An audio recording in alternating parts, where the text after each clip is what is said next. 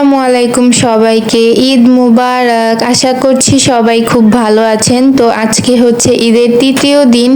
আমি আমার বাসার সব বাচ্চাদেরকে নিয়ে যাচ্ছি। আমাদের বাসার সামনে একটা মেলা বসেছে, মেলায় একটু ঘুরতে যাচ্ছি। তো হাঁটতে হাঁটতে চলে আসলাম আমি আমার স্কুলের সামনে। এটা হচ্ছে আমার স্কুল।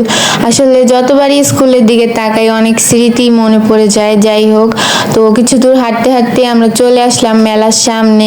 ছোটবেলায় আসলে অনেক বেশি মেলায় যাওয়া হতো, কিন্তু এখন মেলাও ছোট হয়ে গেছে আর শুধু নর্মাল কিছু রাইডগুলাই বসানো হয়। আগে অনেক সুন্দর লাগতো আমার কাছে পুতুল নাচ, তো এখন সেগুলো আর বসানো হয় না। যেহেতু ঈদের পর ছিল, মেলায় অনেক ভিড় ছিল আর দেখলাম যে অনেক কয়েকটা খাবার স্টলও বসছে এখানে, তার সাথে অনেক অ্যাক্টিভিটিও ছিল। যাই হোক, সব কিছু মিলে আমার কাছে মেলাটা খুব ভালোই লাগছে। তো আমি এখন দেখতেছি যে বাচ্চাদের উঠানো যায় কিনা কোনো একটা রাইডে। অনেক ভিড় ছিল, দেখলাম অনেক কিছুই বসানো হয়েছে, নাগরদোলা, পৃথিবী, জাম্পিং, জাদুঘর, কিন্তু সবগুলাতেই ভিড় ছিল, একটাতেও উঠার মতো অবস্থা ছিল না। তারপর আমরা একটু হাঁটতেছিলাম ভিতরের দিকে। এটা আমার অনেক বেশি ভয় লাগে। যাই হোক, দেখি উঠতে পারি কিনা। তো আমরা সবাই দাঁড়ায় আছি কোন একটা রাইড খালি হয় বা আমরা উঠতে পারি কিনা। তো এই যে সবাই এখানে দাঁড়ায় আছে, তার মধ্যেই আমার ভাতিজি জান্নাত আয়শা বলতেছিল যে এখানে নাকি একটা স্মোক বিস্কিট পাওয়া যায়, যেটা নাকি মেলার মূল আকর্ষণ। তো কেননা আমরাও ট্রাই করি। এটার দাম ছিল 50 টাকা। এটা আমার কাছে একদমই লস প্রজেক্ট মনে হয়েছে। তো আমরা একে একে সবাই ট্রাই করতেছিলাম। আমরা নিয়েছিলাম মোট 5টা। বাচ্চারা তো খুবই এনজয় করতেছিল এই বিস্কিটটা নিয়ে, ওরা সবাই মুখে দিচ্ছিল। এই যে দেখেন, আমার মেয়েও খাওয়ার চেষ্টা করতেছে। এটার কোনো টেস্টই ছিল না, কেমন যেন ঠান্ডা, মুখে দিলে জিহ্বা আমার মনে হয়েছে যে ছিলে যাচ্ছিল। এই যে আমার ভাগ্নি খেতে পারছিল না, ও ফেলে দিছে। তো এখানে অনেক বিক্রি হচ্ছিল, অনেক মানুষ নিচ্ছিল। এই যে এখন আমি ট্রাই করতেছি আর আমার ভাগ্নে শুধু বলতেছে আমাকে দাও, আমাকে দাও। তো আমি একটাও ভালো মতো ভিডিও করতে পারি নাই ওর জন্য। আর আমার মুখ দিয়ে ধোঁয়াও বের হচ্ছিল না, জানি না কেন আমি পারতেছিলাম না। তো আমার ভাগ্নি এখন নাজিয়া ট্রাই করবে, ও গেছে এখন ট্রাই করার জন্য। আর এইদিকে আমার ভাগ্নিও খাওয়া শুরু করলো, ওটা হয়েছে। আরে পিছে তো দেখো।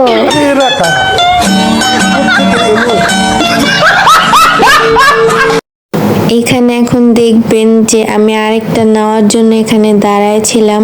অনেক ভিড় ছিল, যার কারণে দিতে একটু লেট হচ্ছিল। তো আমি এই যে আমারটা এখন দিবে, আমি আবারও ভিডিও বানানোর জন্য শুধু আরেকটা নিছিলাম, এখনো আমারটা হয় নাই। ভিডিও বানাতে ব্যর্থ হয়ে আমি ভাবলাম যে এগুলো বাদ দিয়ে এখন একটু যাই খাওয়ার সেকশনে, দেখি কি আছে। আমি এখন আমার হাতের গ্লাসটা ওদেরকে দিয়ে দিব, কারণ এটা আমার কাছে একটু ভালো লাগে নাই। আমার ভাগ্নি এটা খুবই মজা নিয়ে খাচ্ছিল। এই যে দেখতে পাচ্ছেন ওরা দুষ্টামি করতেছিল, ওরা এই যে দেখতে পাচ্ছেন। আর আমি কখনো বাইরে ভিডিও বানাই নাই, যার কারণে কেউ আমার দিকে তাকিয়ে থাকলেই আমার লজ্জা লাগছিল ভিডিও করার জন্য। এই যে আমি এখন লজ্জা পাচ্ছিলাম, হাসতেছিলাম। আর ওরা এতক্ষণ ধরে দাঁড়িয়েছিল লাইনে একটা রাইডে ওঠার জন্য। ভিড় থাকার কারণে ওরা উঠতেই পারতেছিল না। তার কারণে আমি জিজ্ঞেস করতেছিলাম যে এতক্ষণ দাঁড়ায় থাকার পর কেমন লাগতেছে তোমাদের। এখন আমরা একটু ভেতরের দিকে গেলাম।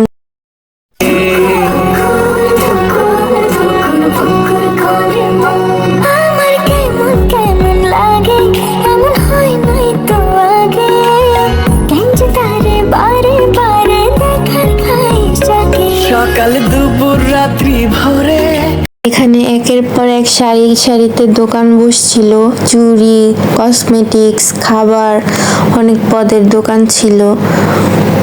মানুষ কেনাকাটা করতেছিল আর আমরা শুধু রাইডে ওঠার জন্যই গেছি, যার কারণে কিছু তেমন আর কেনা হয় নাই। আমরা শুধু ঘুরে ঘুরে দেখতেছিলাম।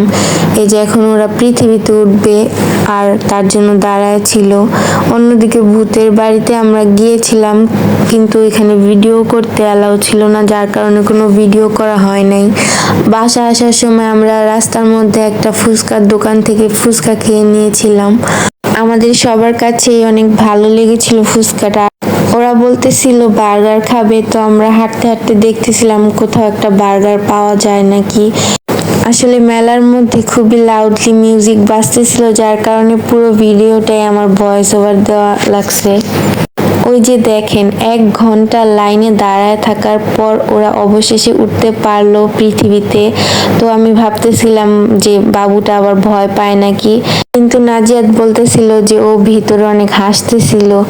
আমি খেয়াল করলাম আজকের আকাশের চাঁদটা একটু বেশি সুন্দর। এমনিতেও আমার চাঁদ ভালো লাগে, কিন্তু আজকেরটা আমার কাছে একটু বেশি ভালো লাগতেছিল। আজকের ব্লগটা এখানেই শেষ করছি। দেখা হবে অন্য কোনো দিন আমার লাইফের কিছু অংশ বিশেষ নিয়ে। ততক্ষণ পর্যন্ত ভালো থাকবেন, সুস্থ থাকবেন। আল্লাহ হাফেজ।